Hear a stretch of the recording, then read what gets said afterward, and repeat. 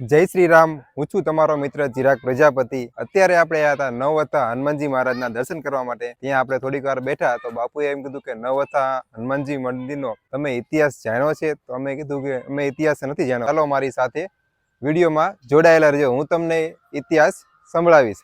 ઓમ નમો નારાયણ. જય શ્રી રામ. આ વિડીયો જોવા વાળા સમસ્ત દર્શકોનો, ભાવિકોનો, શ્રદ્ધાળુઓનો હાર્દિક અભિનંદન. આજે હું મહંત શ્રી નિર્મળાનંદ સરસ્વતી શ્રી નવવથા હનુમાનજી મંદિર બોટાદ, જ્યાં ભાવનગર સ્ટેટ મહારાજા કૃષ્ણકુમારસિંહજી મહારાજે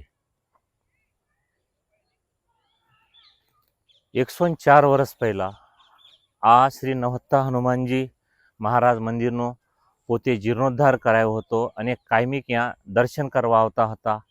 આ જગામાં એમને આખા વર્ષની દિવેલનું કાયમિકમાં દાન કરેલું હતું અને એ પરંપરા આજ સુધી યુવરાજસિંહ મહારાજે ચાલવે છે.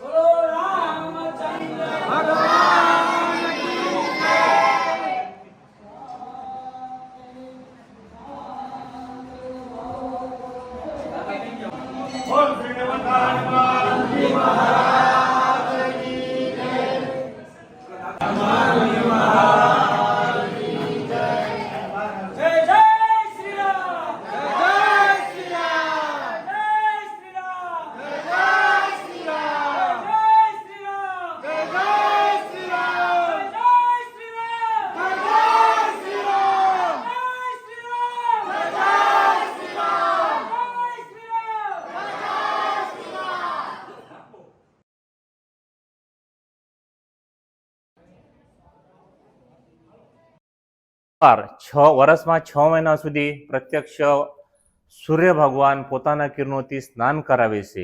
આ જગ્યામાં જે ધૂનો છે, આ ધૂનામાં જ ગોરક્ષનાથ મહારાજે ચીપીઓ ખોડીને આ આખા ડુંગરાને સોનાનો ડુંગર બનાવ્યો હતો.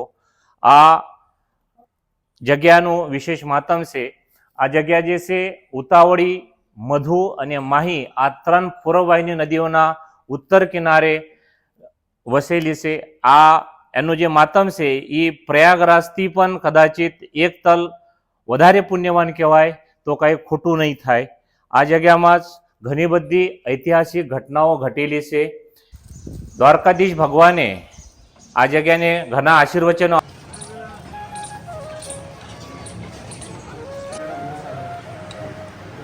બાપુ આપણા મહાદેવની ખાસિયત છે, વિશ્વમાં ક્યાંય નથી એવો આવા 3 ટાઈમ એમનો જે થાય અને એક અત્યારે હું ભૂલી ગયો પાછો આપણું આજે ખોદકામ કર્યું ને મંદિર માટેનું, ત્યારે એક એમાંથી શિવલિંગ નીકળ્યું. અહીંયા મૂકેલું છે. એની ખાસિયત એવી છે કે તમારા રૂમમાં જ રહેતા હતા. પછી ત્યાંથી ઓલી લોકો ફેરાયા ત્યાં રહેતા હતા. હવે પછી આ 5 વર્ષથી ઉપર મૂકેલો છે ને ત્યાં ગયા. એમની એક ખાસિયત છે કે શિવલિંગ એટલે કે પથ્થર આપણે એને તમે હાથમાં પકડો ને હાર્ટ બીટિંગ થાય તો એની અંદર વાઇબ્રેશન છે અને જ્યાં કીડી બાપુ ન પાડી શકીએ એવી જગ્યામાં એરું દાદા કેવી રીતે જોતા રહેતા ચમત્કારિક થોડીક વાર પછી સુંદરકાંડ અને અમારા મેળો જે છે એ 3 વાગે પછી જોઈએ. 3 વાગે પછી પબ્લિક આવે.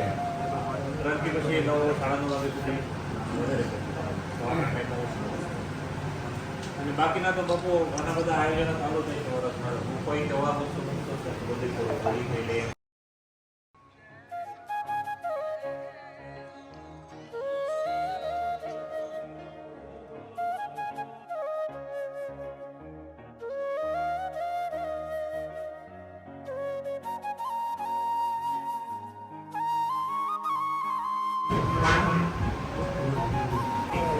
क्या टाइम में हमने जरा कार्यक्रम आयोजित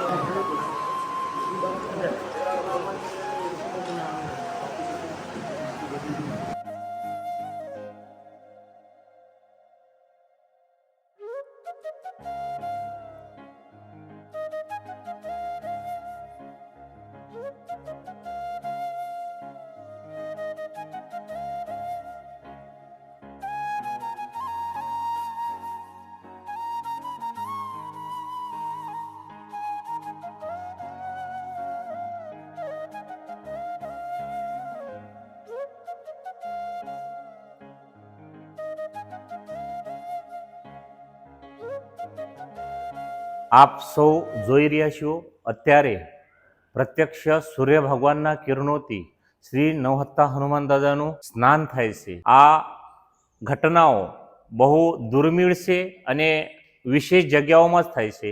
આ જગ્યાની અંદર વર્ષમાં 6 મહિના સુધી સૂર્ય ભગવાન સાંજના ટાઈમે સૂર્ય ભગવાનનું વિશેષ સ્નાન કરે છે. એને સાથે સાથે જ બાજુમાં તમેશ્વર મહાદેવ વિરાજિત છે, એમને પણ 3 વાર સૂર્ય ભગવાન પોતાના કિરણોથી સ્નાન કરાવે છે, સવારે, બપોરે અને સાંજે. એ એક વિશેષ ઘટના છે, એક વિશેષ સાંકેતિક ભાષા છે. આ જગ્યામાં ગોરક્ષનાથ તથા ગુરુ મચ્છિન્દ્રનાથ પણ પધાર્યા હતા. ગુરુ ગોરક્ષનાથ અને મચ્છિન્દ્રનાથના વચ્ચે એક સોનાના ઈંટના કારણે ઝઘડો થયો. આ ઝઘડાના નિવારણ માટે યોગીરાજ ગોરક્ષનાથે આ જગ્યામાં જ્યાં ધૂના ઉપસ્થિત છે ત્યાં પોતાનો ચીપિયો ખોડીને આ ડુંગરાને સોનાનો ડુંગરો બનાવ્યો હતો. એટલે જ આ જગ્યાનું મૂળ નામ જે છે એ સોનગઢ ડુંગર છે. ઓમ નમો નારાયણ. આપ સૌ શ્રી નવહત્તા હનુમાનજી મંદિરના પરિસરમાં ઉપસ્થિત છો. આ જગ્યામાં નવગ્રહો, દ્વારકાધીશ ભગવાન, ભોળાનાથ તથા શ્રીરામ ભગવાનને જે આશીર્વચન અપાયું છે, આને કારણે યોગીરાજ વિવેકાનંદ સ્વામી આ જગ્યામાં જ્યારે પધાર્યા તે બહુ કષ્ટમાં હતા અને આ જગ્યામાં 7.5 દિવસ રહેવા કારણે એમની સાડેસાતીનું નિવારણ થયું અને એમને શિકાગો જવા માટે જે કંઈ પૈસાની, અમેરિકા જવા માટે જે કંઈ પૈસાની, દ્રવ્યની વ્યવસ્થાની જરૂરત હતી, એ જરૂરિયાત ભગવાનના શરણમાં પૂરી થઈ ગઈ હતી અને ત્યાંથી વિવેકાનંદ સ્વામીએ શિકાગો જવા માટે પ્રયાણ કર્યું હતું.